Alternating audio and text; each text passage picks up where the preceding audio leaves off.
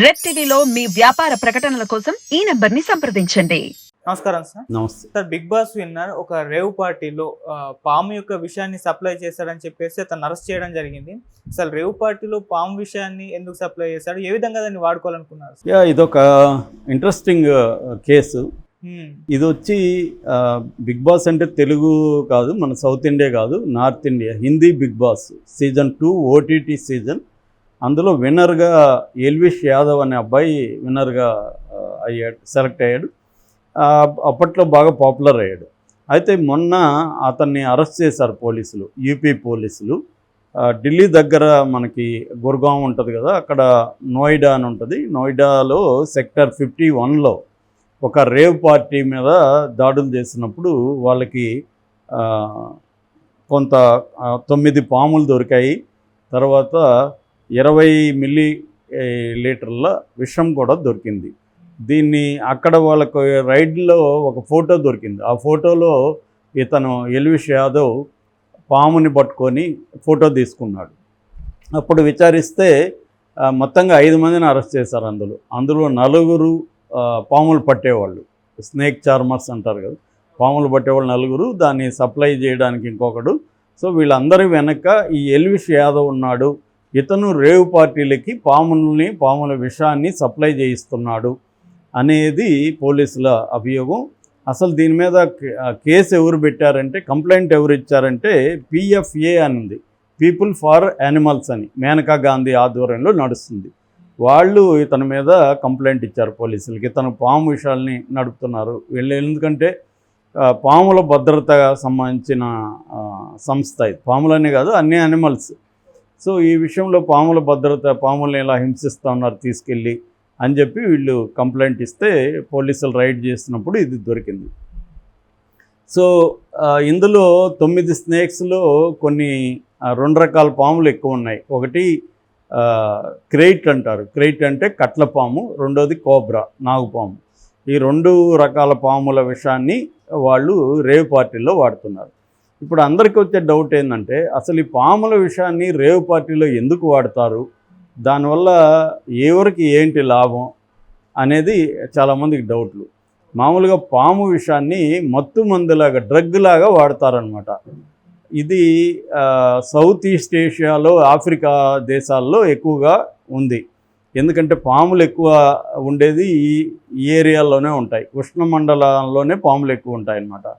అందుకని ఈ kind of పాములు, విషపాములో దొరికే విషాన్ని వాళ్ళు డ్రగ్స్ లాగా వాడతారు. ఎట్లా వాడతారంటే, మామూలుగా ఓపియాడ్స్ అంటారు. ఓపియాడ్స్ అనేవి జనరల్గా పెయిన్ రిలీవింగ్ మందులు అవి.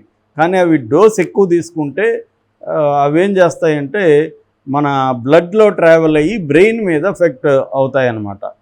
సో బ్రెయిన్ మీద ఎఫెక్ట్ అయినప్పుడు బ్రెయిన్ మనకి ఎట్లాగైతే ఒక డ్రగ్ తీసుకుంటామో అదే ఎఫెక్ట్ ఈ ఓపియాడ్స్ వల్ల వస్తుంది. ఓపియాడ్స్ మామూలుగా పాపీ ప్లాంటు, మార్ఫిన్ ప్లాంటు, ఈ ప్లాంట్ల నుంచి తయారు చేస్తారు. ఒక్కోసారి ల్యాబుల్లో కూడా ఓపియాడ్స్ని తయారు చేస్తారు. అయితే ఓపియాడ్స్ బదులుగా ఈ పాము విషాన్ని వాడుతున్నారనమాట. ఓపియాడ్ తీసుకుంటే మనకి ఎటువంటి ఎఫెక్ట్ వస్తుందో, పాము విషాన్ని కూడా ఒక ట్యాబ్లెట్లోకి లాగా తయారు చేసి ఆ ట్యాబ్లెట్ వేసుకోవడం, అంటే క్యాప్సూల్ పెట్టి క్యాప్సూల్ వేసుకోవడం, లేదా ఇంజెక్షన్ రూపంలో విషాన్ని ఎక్కించుకోవడం, ఇది కూడా బ్లడ్లో వెళ్తుందనమాట. దీన్ని న్యూరోటాక్సిన్ అంటారు. ఈ న్యూరోటాక్సిన్ వెళ్ళినప్పుడు ఇదేం చేస్తుందంటే నర్వస్ సిస్టమ్ మీద ఎఫెక్ట్ చూపిస్తుంది. దీనివల్ల ఏమవుతుందంటే ఒక రకమైన మత్తుగా ఉంటుంది, హెల్యూసినేషన్స్, ఒక బ్రహ్మాండమైన స్వర్గంలో తేలుతున్న ఫీలింగ్ ఉంటుంది. యుఫేరియా అంటారు. యుఫేరియా అంటే హై ఫీల్ వస్తుంది అనమాట, మనకి చాలా హైగా అనిపిస్తుంది. పెయిన్ రిలీఫ్, పెయిన్ ఏదైనా నొప్పులున్నా అవన్నీ తెలీదు, అటువంటి ఒక స్టేజ్ ఉంటుంది. మామూలుగా రేవ్ పార్టీ అంటేనే అర్థం ఏంటి, డ్యాన్సు మ్యూజిక్ పెట్టుకొని ప్రైవేట్గా నడిపే పార్టీలని రేవ్ పార్టీలు అని పిలుస్తారు. యాక్చువల్గా ఇవి 1950s ప్రాంతంలో బ్రిటన్లో మొదలైనవి. ఆ తర్వాత స్ప్రెడ్ అవుతూ అన్ని దేశాలకి వ్యాపించాయి ఈ రేవ్ పార్టీలు. సో అలాగా రేవ్ పార్టీల్లో పాల్గొనే అబ్బాయిలకి డ్రగ్స్ తీసుకునే అలవాటు కూడా ఉందన్నమాట. ఈ డ్రగ్స్ తీసుకోవడంలో, డ్రగ్స్ దొరకనప్పుడు పాముల్ని వీళ్ళు కనిపెట్టారు. పాము విషాన్ని ఎక్కిస్తే ఆ డ్రగ్ ఎఫెక్ట్, ఓపియాడ్ ఏ ఎఫెక్ట్ ఇస్తుందో నర్వస్ సిస్టమ్ మీద కూడా అదే ఇస్తుంది. అయితే ఇందులో ఒక డేంజర్ ఏంటంటే ఈ పాము విషం అనేది జాగ్రత్తగా కరెక్ట్ లిమిటేషన్స్లో తీసుకోకపోతే అది నెగిటివ్గా ఎఫెక్ట్ అవుతుంది. లిమిటేషన్లో తీసుకున్న బాడీని బట్టి మన శరీర ప్రకృతిని బట్టి అది నెగిటివ్గా రియాక్ట్ అయ్యే ఇది కూడా ఉందన్నమాట. నెగిటివ్గా ఎలాగవుతుంది? ఫిజికల్గా బాడీ మా బ్రెయిన్ మీదకి ఎఫెక్ట్ అవుతుంది కాబట్టి బ్రెయిన్ స్ట్రోక్ రావడం, పెరాలసిస్ రావడం, కాళ్ళు చేతులు పడిపోవడం, నోటి మాట సరిగా స్లర్రింగ్లోకి వెళ్ళడం, ఇవన్నీ ఫిజికల్గా జరుగుతాయి. ఒక్కొక్కసారి లివర్ మీద, లంగ్స్ మీద కూడా ఇది చూపిస్తుంది అన్నమాట ప్రభావం. రెండవది టిష్యూ డ్యామేజ్ అవుతుంది. బ్రెయిన్లో ఉండే కొన్ని టిష్యూల్ని ఇది డ్యామేజ్ చేస్తుంది. న్యూరలాజికల్ డిస్టర్బెన్సెస్ కూడా బ్రెయిన్లో ఇది కలిగిస్తుంది. నాలుగవది సైకలాజికల్ ఎఫెక్ట్. దీనివల్ల డిప్రెషన్లు పెరగడం, అప్పటికి బాగానే ఉంటుంది కానీ ఆ తర్వాత అడిక్షన్ ఫార్మింగ్ అనమాట. ఈ పాము విషయం కూడా అడిక్షన్ ఫార్మింగ్ ఎఫెక్ట్ ఉంటుంది అనమాట. అంటే దానికి అడిక్ట్ అయిపోతాం, మనం బానిస అయిపోతాం. దానివల్ల పాము విషయం కోసం ఇంకా ట్రై చేస్తూ ఉంటాం అనమాట. సో ఇది బేసిక్గా దీనివల్ల జరిగే నష్టం. సో అందుకని ఇతన్ని అరెస్ట్ చేశారు. మామూలుగా మనకి బ్రాడ్గా 3 రకాల అవసరాలని ఒక ఫ్రెంచి సైంటిస్టు హిస్టోరియన్ చెప్తాడు.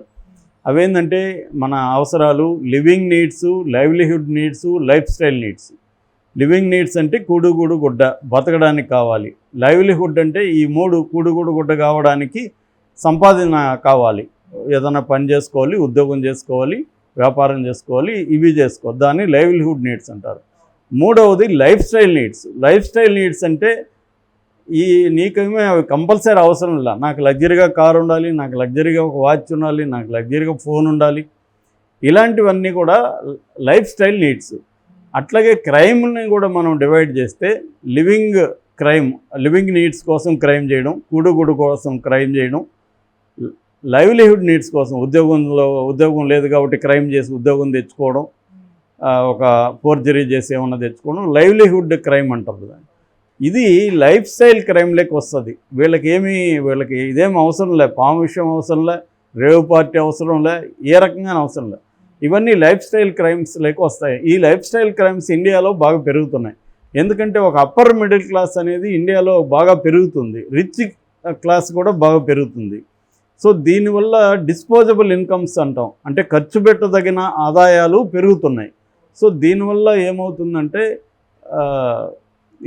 ఈ రకమైన క్రైమ్స్ అనేవి పెరుగుతున్నాయి. ఈ అబ్బాయి కూడా దాంట్లోనే ఇరుక్కున్నాడు. ఎందుకంటే ఇతనికి బిగ్ బాస్ వల్ల వచ్చిన తన సర్కిల్ ఇవన్నీ పెరిగాయి. ఒక రిచ్ సెక్షన్లోకి ఇతను కూడా వెళ్ళినా కూడా దానికి తగిన మెయింటైన్ చేయడానికి తగిన డబ్బులు లేవు. అందుకని ఈ రూట్లోకి వెళ్ళాడు. ఈ రూట్లో అయితే డ్రగ్స్, పాము విషయాలు, దీంట్లో మంచి రేటు పలుకుతుంది. ఎవరినో పాములోని పట్టుకుంటే వాడికి 5,000 10,000 ఇస్తే పాముని తెచ్చేస్తాడు. వీళ్ళు మాత్రం లక్షల్లో విషయాన్ని అమ్ముకోగలుగుతారు. సో ఈ బిజినెస్లోకి తను ఎంటర్ అయ్యాడు. కానీ అతను అరెస్ట్ అయినప్పుడు అతను చెప్పింది ఏంటంటే, నేను ఈ క్రైమ్ చేయలేదు, నేను చేసినట్టుగా నిరూపిస్తే నేను బట్టలిప్పి వీడియో చేస్తానని అంటున్నాడు అతను. నువ్వు బట్టలిప్పి ఎవడికి కావాలరా నువ్వు అని పోలీసులు అంటున్నారు. మొత్తానికి ఈ క్రైమ్లో ఇతను ఇరుక్కున్న ఇదైతే ఉంది. దీన్ని బట్టి ఏంటంటే పాముల ద్వారా కూడా మత్తు వస్తుంది, పాము విషం ద్వారా కూడా అనేది ఇప్పుడు అందరినీ షాక్ చేసింది. చాలామందికి తెలియదు ఇది పాము విషం వల్ల ఈ స్థాయి ఎఫెక్ట్ ఉంటుంది అనేది తెలియదు. కానీ దీని డేంజరస్ ఎఫెక్ట్ కూడా ఉంటుంది. ఇది ఎందుకంటే అన్ప్రెడిక్టబుల్ అంట. పాము విషం మీద ఎలా పనిచేస్తుంది అనేది ప్రాపర్ రీసెర్చ్ కూడా లేదని చెప్తున్నారు. ఇంకా రీసెర్చ్ బిగినింగ్ స్టేజ్లోనూ ఉంది.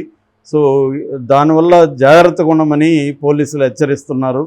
ఇది ఎక్కువగా పెరాలసిస్ అటాక్స్ ఇలాంటివి వచ్చే అవకాశాలు ఉన్నాయని చెప్తున్నారు. ఒక్కొక్కసారి డెత్ కూడా జరుగుతుంది. పాము విషయం మామూలుగానే పాము కాటేస్తే చాలామంది చనిపోతారు.